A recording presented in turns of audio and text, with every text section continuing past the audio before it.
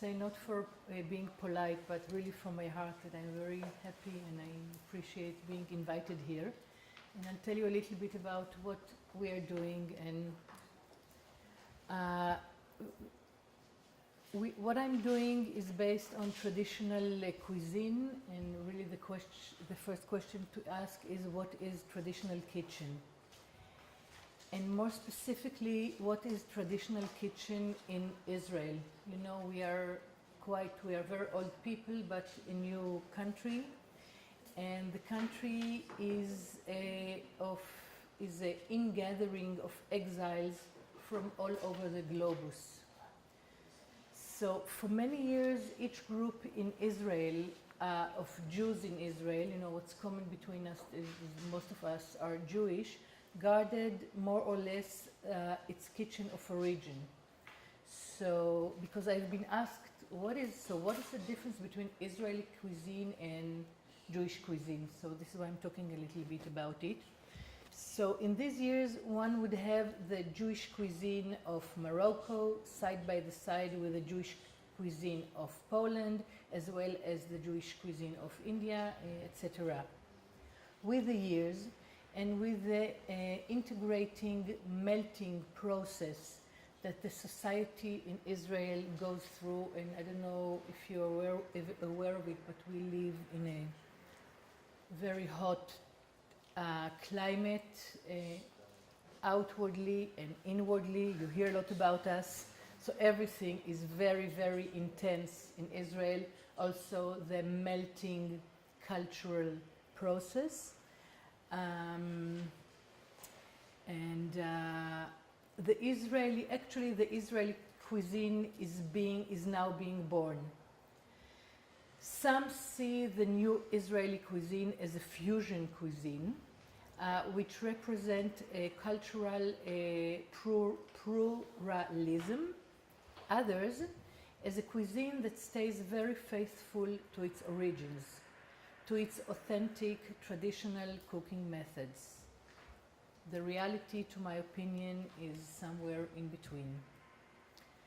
So let's go back to the question of traditional cuisine and what do we feel here when we hear the words traditional cuisine. So what comes to me is local products and seasonal products and simple cooking as opposed to sophisticated one, memories, family, community. I also hear little waste of products, as you've mentioned, cooking the soup of today from yesterday's leftovers, environment friendly, food that is healthy, that is good for you. So cooking nowadays, in the modern period, traditional dishes plays or finds itself, I think, in the space that is between the past and the present, not the future. The ingredients, the local and seasonal, are the present. The recipes, traditional recipes, are the past. I opened my restaurant 21 years ago on the countryside of the Judean Hills, not far away from the city of Jerusalem. Oh, thank you. Farm-to-table concept did not exist then in Israel at all, but did very naturally existed in my life. We, myself and my family, live in a small village, and the restaurant is situated in the terroir of my house. For various reasons to which I will not get in right now, but for 10 years, from 1981, when we started living in the village, until 1991, the village was not connected, nor to electricity, water, telephone, and road. It sounds very dramatic, sitting here with all these appareils. We learned many things out of it. One was that how fast the humans like us get used to things. We thought, this will only take 2 months. It took 10 years. But it also meant a lot in our way of life, and it meant that we grew our vegetables, our goats, and we were very much self-sustained. We had really the water in good days. We had a truck with tank that would come from far away to bring us water, but the road was not accessible on rainy days, so we really had to be very, very exact with how we use water. So when I opened the restaurant 20 years ago, which was already 5 years with modernity, so when I opened the restaurant we had everything, almost.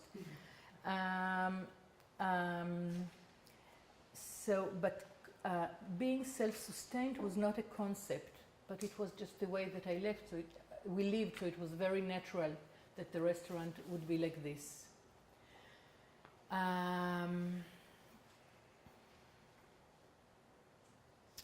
So actually our way of living really brought the idea, or not the idea, the reality that of course the ingredients that I will be using will be local and seasonal, because this was reality for me. So this is what we did. And from there, the way to be inspired by traditional Israeli cuisine that then was really a little baby, but was still, but was already there, was very obvious. Yet, you know, now is the question, so if you want seasonal local products and you want traditional recipes, so you're there. But I have also to add, you know, my personal psychology and needs to it, and being quite a creative spirit, I needed to reinvent traditional dishes. But reinventing them, and this is what we're doing in the restaurant during these years, we invent them in the way that they would still be very loyal to their source. If you would be so nice to hand me your, yes, because actually what you're seeing, I don't know what's written in Chinese, but this is a very typical Israeli dish. Okay. So I was very proud, happy, and surprised to see it playing there, and I can tell you a little bit what we are doing with this very Israeli typical dish. This dish is called shakshuka.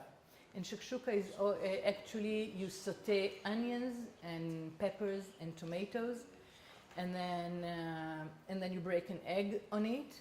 And somebody talked about children that don't know how to eat with forks and knives. In Israel, a lot of the food is eaten with pita bread that is used instead of forks and knives. In the restaurant now, this is, as you can see, the egg yolk is not done very strongly or very hot, because it should be beautiful for the picture. If you do it at home, you might have problems with the egg white that becomes too hard, and then the egg yolk becomes also too hard, and actually you want the egg yolk to be soft. So what we are doing in the restaurant is we have a special technique of cooking. I don't know how you call them, these little warm bathrooms that you can cook. Non. Non, c'est pas sous vide.